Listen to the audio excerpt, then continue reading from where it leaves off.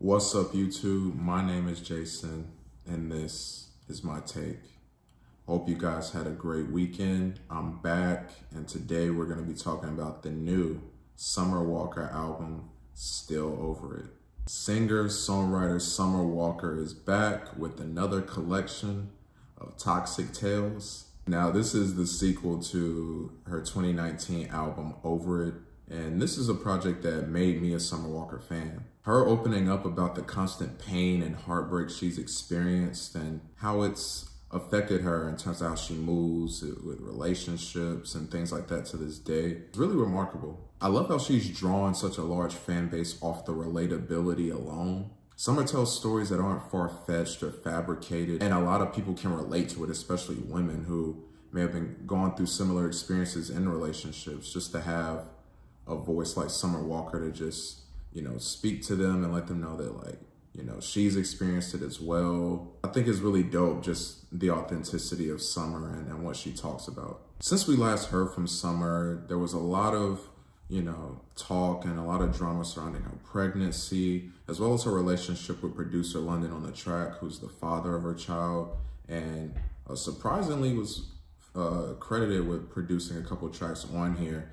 I didn't expect that. He did produce a bulk of Over It and, was a key in that album being great, but I wasn't expecting to see him on this one. As all of this was playing out and social media was buzzing about it, I just knew that, Summer was just crafting up her next, piece of music, her next album with all of this going on. So Summer was over it in 2019 and now she's still over it.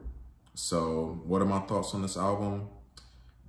Summer delivered once again. Summer Walker opens up once again on these 20 tracks, and I would say it's her best vocal performances yet over very smooth production. Now, how this album compares to Over It, we'll discuss that later.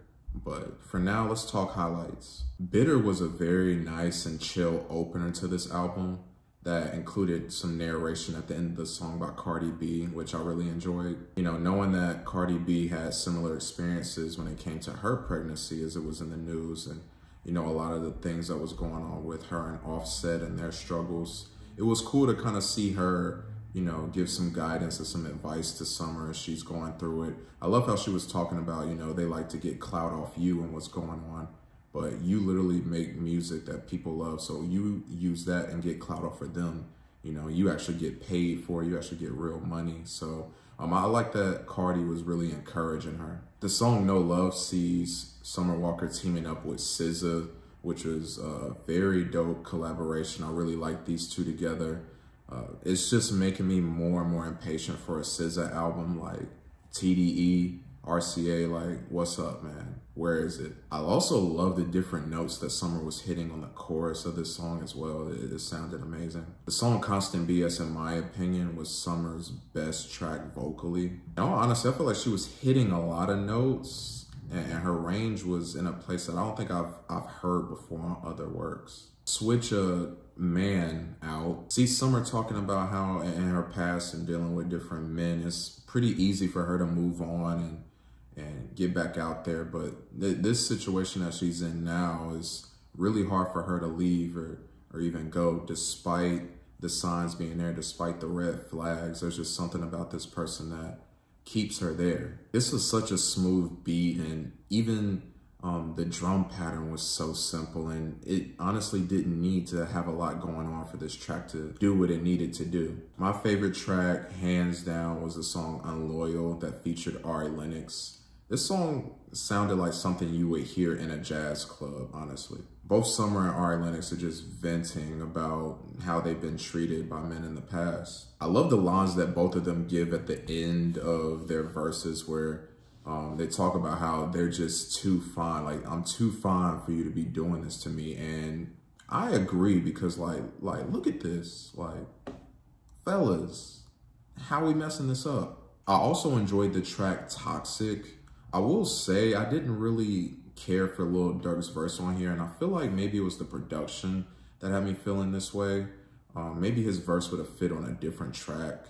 It just didn't sound right over this instrumental. which was one of the best ones on the album in my opinion. Now listen, I know the song That Right There maybe doesn't fit the album, but I'm sorry, it's one of the best tracks on here. And you know that's gonna be the case when you got Pharrell and the Neptunes on the production. That 4 count came in and I already knew what I was about to get. The high-pitched 808s that Pharrell and the Neptunes give this track are perfect. And honestly, while I feel like this may feel out of place in the track list, I like that it was put here just because it felt like a little bright spot in what has already been such a emotional and dark album up to this point. You know, on the song Screwin, I wouldn't expect a Summer Walker and Omarion collaboration, but I didn't know I needed that until now. They both were great on this track together. It was cool to see Ninth Wonder on the production on the Prelude to Fourth Baby Mama. Now, while we didn't hear Summer Walker on this track, we heard Sean Garrett, who I haven't heard him in a while, actually. It's been a while, providing vocals. And I thought this was a really dope track. It's short, but it leads into Fourth Baby Mama really well, in my opinion. And Fourth Baby Mama, oh my goodness. I mean, the title alone tells you what we're about to get into. Summer is really just telling her baby's father about himself. Summer talks about feeling less than the other baby mamas in terms of her pregnancy to even now having the baby. I thought it was really crazy how she spoke on like just feeling alone the entire pregnancy. Like that's really sad to hear. Like I couldn't even imagine how that must have been for her. We end this album off with a very interesting prayer manifestation from one Sierra. This is just the perfect ending to an album. When we think about Summer Walker and all that she's been through, to have prayer led by Sierra, someone who went through similar things in her relationship with Future, you know, and manifesting and praying and getting a man in Russell Wilson.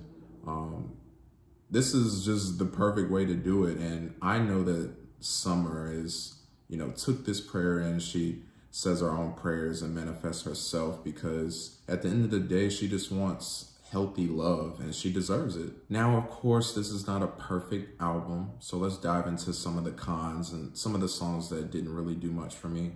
The first being the lead-off single to this album, X for a Reason, featuring JT of City Girls. I didn't think that I wouldn't like this track, but honestly, it just didn't do it for me. And it did kind of feel nostalgic. It did have like a little early 2000s feel, but JT, surprisingly, I didn't like on here. And I like her a lot.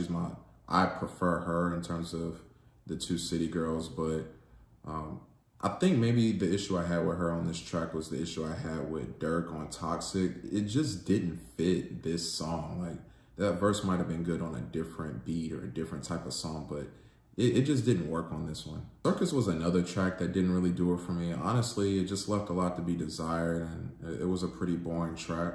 Songs like Reciprocate and Insane weren't bad songs, but to me, they were just really underwhelming, and you kind of get into the curse of having a long album like this. Like there are just some songs where it's just like, you know, didn't really need to be added on here, but you know, like I said, they're not bad tracks. They just are more unnecessary.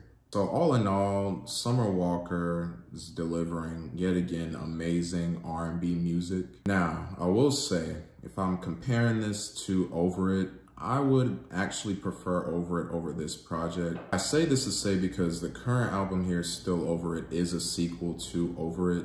And while the content is still the same there as well, I would say that looking at both albums, top to bottom, I think Over It is more consistent.